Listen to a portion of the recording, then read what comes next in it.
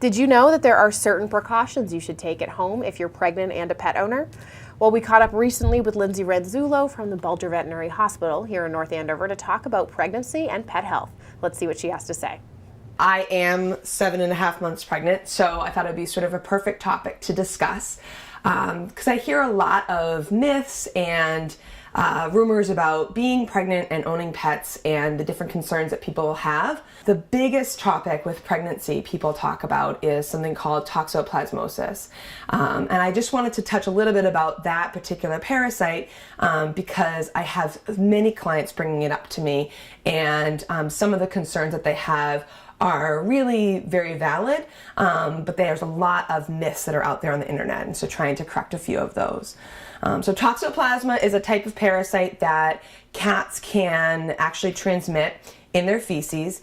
They get it by eating rodents or small birds or other little animals. And then once they've ingested that parasite, they can shed that parasite in their feces from anywhere from, a few days to even up to 3 weeks after they've come in contact with it. So a lot of pet owners will say, I'm thinking about becoming pregnant, or I am pregnant, so I have to get rid of my cat, which really isn't necessarily true. And even the CDC recommends or states on their website that you don't necessarily need to get rid of your cat if you're thinking about becoming pregnant or if you are pregnant. Just taking a few precautions is something that is really important. So with Toxoplasma, that parasite in particular, it can take anywhere from 1 to 5 days for that parasite to actually become infective in the cat feces. So that means that if you're cleaning the litter box daily or twice a day, that the parasite doesn't have a chance to really become infective or infectious. And making sure that you're washing your hands after you clean the litter box, wearing disposable gloves are all sort of recommendations from the CDC. Sometimes if you do contract this illness, you will have no symptoms at all. Other times it can be very mild, you just have a fever, some muscle aches and pains. But the more harmful thing is what happens to your unborn child. Depending on when you have been exposed, you can have various problems with your child's brain or eyesight, things of that nature, or mental disabilities later on in life. So it is a serious thing and something that you shouldn't take lightly, but at the same time, making sure that you're taking appropriate precautions is always sort of the best recommendation.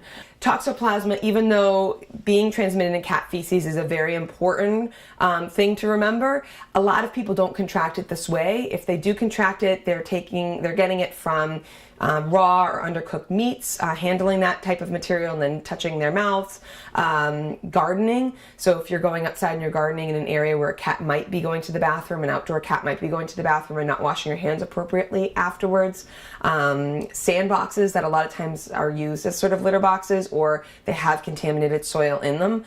Those are all really common sources of getting Toxoplasma, as well as just not washing produce appropriately. So making sure you're washing them with soapy water and cleaning anything before you are eating it. Those are much more often ways that people will actually get that disease.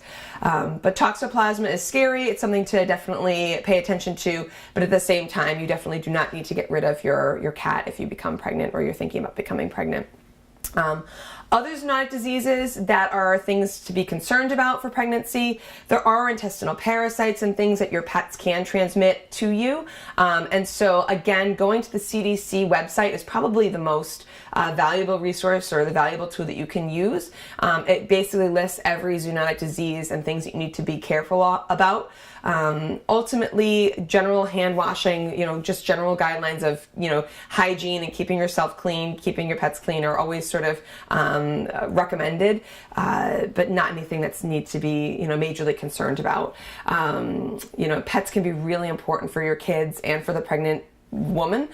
So there's a lot of studies to show that people that have pets in their household have kids that have less allergies and tend to have lower stress levels than pets without, homes without. So I am definitely an advocate for pets in the house.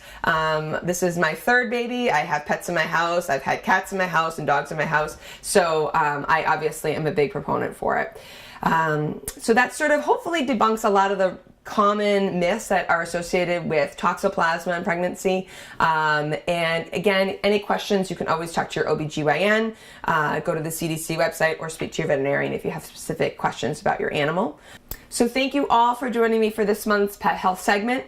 Join us next month when we discuss current recommendations for spaying and neutering your pet. Thank you very much. Bye.